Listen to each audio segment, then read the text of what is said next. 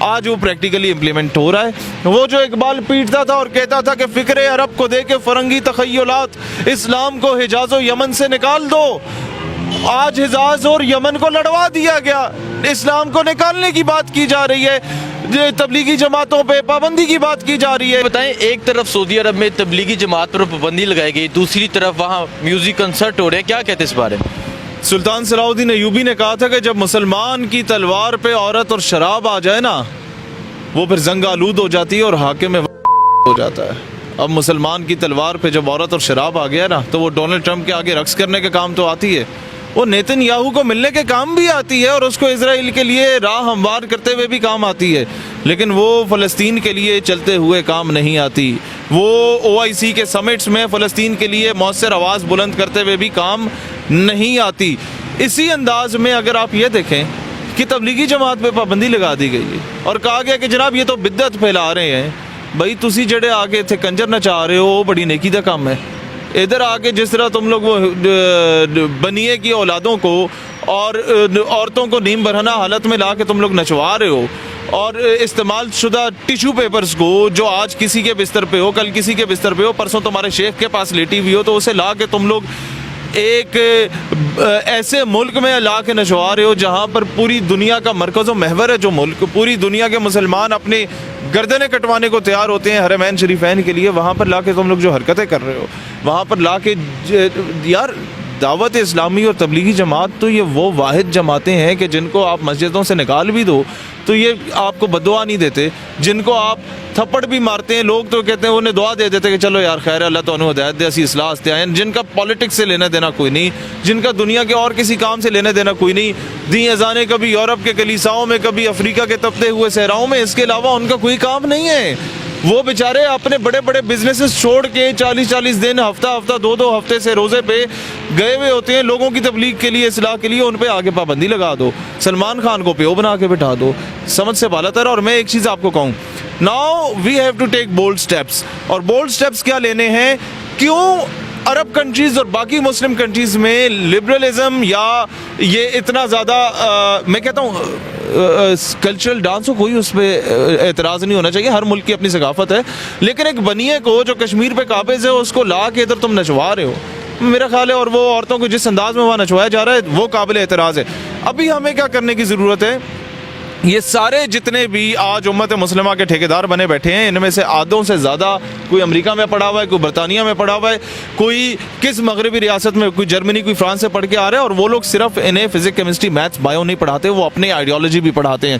ہم لوگوں نے پاکستان کو اس وقت ایک ایسی یونیورسٹی کی ضرورت ہے جو انٹرنیشنل لیول کی یونیورسٹی ہو، جہاں یہ بڑے بڑے عرب شیخوں کے، جہاں بڑے بڑے ایران کے، سعودیہ کے، ترکی کے، لیبنان کے، سیریا کے شیخوں کے، نوابوں کے، منسٹرز کے بچوں کو پڑھاؤ، فری آف کاسٹ پڑھاؤ۔ یہ قوم اپنے زیور بیچ کے انہیں پڑھانے کو تیار ہوگی، انہیں تم سوئمنگ پول بھی بنا کے دے دو، انہیں تم بڑی زبردست پروٹوکول والی گاڑیاں بھی دے دو، انہیں تم لوگ سیکیورٹی گارڈ بھی دے دو، لیکن پڑھانے کے ساتھ ساتھ انہیں نظریہ بھی دو، انہیں جناب ٹریل 5 پہ ہائیکنگ کے لیے بھی لے جاؤ، انہیں روزانہ وزیر اعظم صدر مملکت سے ملواؤ، انہیں بولو بھائی تم ہی یہاں کے سب کچھ ہو۔ لیکن آپ اگر یہ تربیت کر جائیں ان کی، تو 20 سال کے بعد وہ جو شیخوں کے بچے ہیں انہوں نے حاکم وقت بننا ہے، اور امت کی قیادت ان کے ہاتھ میں ہوگی، اور تب ہم کوئی بندے کا پتر اسلامک کنٹریز کو دے پائیں گے کہ ہاں یہ لوگ ہیں جن کا دل کشمیر کے لیے دکھتا ہے، یہ لوگ ہیں جو مودی کی دلالی نہیں کریں گے، یہ لوگ ہیں جو اسرائیل کی دلالی نہیں کریں گے، یہ لوگ ہیں جو امریکہ کے بوٹ پالش نہیں کریں گے، یہ لوگ ہیں جو اگر ایڈ دینی ہوگی تو ٹرمپ کی بیگم کو نہیں دیں گے جو آدھی کہ وہاں پہنچی ہوتی ہے، وہ ایڈ دیں گے تو پیلسٹائن کو دیں گے، وہ ایڈ دیں گے تو سیریا، لیبیا، لیبنان کو دیں گے۔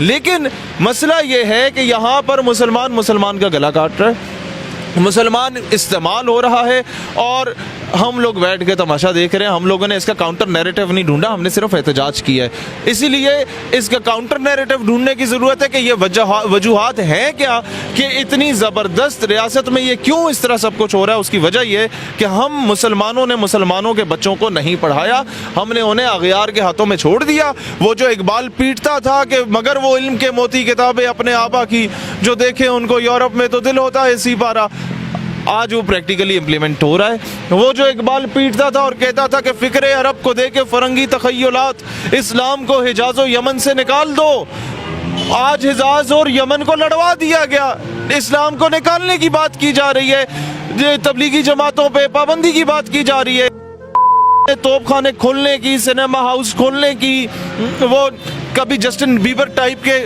خسروں کو نچانے کی، کبھی سلمان خان ٹائپ کے مردوں کو نچوانے کی۔ بھائی اگر تم نے ہیرو ہی دکھانا ہے قوم کو تو برہان وانی کی صورت میں دکھاؤ، ڈاکٹر منان وانی کی صورت میں دکھاؤ، ہیروز ہیں، فریڈم فائٹرز ہیں۔ ان لوگوں نے کوئی رول پلے کیا امت مسلمہ کے مظلوم مسلمانوں کا ساتھ دینے کے لیے؟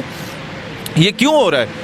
یہ اس لیے ہو رہا ہے کہ ہم لوگوں نے کوئی پریکٹیکل امپلیمنٹیشن نہیں کیا۔ اب میں ایک بات بتاؤں، آپ پاکستانیوں پہ بالخصوص اپنی ماؤں بہنوں پہ کیا ذمہ داری عائد ہوتی ہے؟ اپنے بچوں کو اگر پڑھانا ہے تو پہلے ان کے دل میں عشق مصطفیٰ علیہ الصلوۃ والسلام کی تڑپ کو فروزاں کرو، پھر پاکستانیت کی تڑپ کو فروزاں کرو، اور پھر انہیں CSS کرواؤ۔ سڑکوں پہ میرے ساتھ نعرے کے لیے اگر بھیجتے ہو تو وہ بڑی آپ کی مہربانی، لیکن اس سے زیادہ ضروری ہے CSS کراؤ۔ بھٹو خان چودھری کے نعرے نہ لگاؤ، وہ سسٹم میں جائیں، فورن آفس میں جائیں اور کشمیر کی لابی کریں، وہ ISS بھی دیں، کرنل جنرل بنے، اور ایک محب وطن آدمی جب مین سٹریم میں آتا ہے تب ملک کا نظام چینج ہوتا ہے۔ یہ کام کرنے کی اس وقت اشد ضرورت ہے۔ او یار وہ سلمان خان جس کے ہاتھ آپ نے یوں لگوائے اور کہا کہ اسے ہم لوگ ابھی پرنٹ کرا کے اس کے پراپر ایک پوسٹر بنا کے اس کے بت بنا کے ہم لوگ لگائیں گے، تبلیغی جماعت کو بین کیوں کیا ہے؟ کیا بولا گیا ہے؟ بدعت پھیلاتے ہیں۔ اے جڑی خانہ تسی کھولیا ہوئے ایک ہی ہے۔ اور یار میں نے دسو سلمان خان دی کامیابی کی ہے، او دا اچیومنٹ کیا ہے؟ تو کو ساتھ نہ چواتا ہے، اچیومنٹ ہے۔ ایک بندے کو موقع مارتا ہے 6 میل دور جا کے گرتا ہے، جو کیمرے کی آنکھ دکھاتی ہے، اچیومنٹ ہے۔ کیا اچیومنٹ ہے؟ یا یہ اچیومنٹ ہے کہ اپنے آپ کو 70 سال ہو گئے ہیں، یہ ہندوستانی پروف کرتے کرتے بیچارہ مر جائے گا جب تک ترنگے میں دفن نہیں ہوگا۔ یہ اچیومنٹ ہے کہ اسے آج بھی ہندوستانی آ کے بنی RSS اور شیو سینا اور آریہ سماج کے سنگھٹن کے شدھی کے لوگ آ کے کہتے ہیں، یہ گندے بنیے کہتے ہیں کہ جناب تم تو ہندوستانی ہو نہیں، پاکستان دفاع ہو جو، تم لوگ تو مسلمان ہو۔ یہ اچیومنٹ ہے کہ خود کو آج تک ہندوستانی پروو نہیں کر پایا۔ کیا اچیومنٹ ہے؟ کیا وہ صلاح الدین ایوبی کا بیٹا ہے؟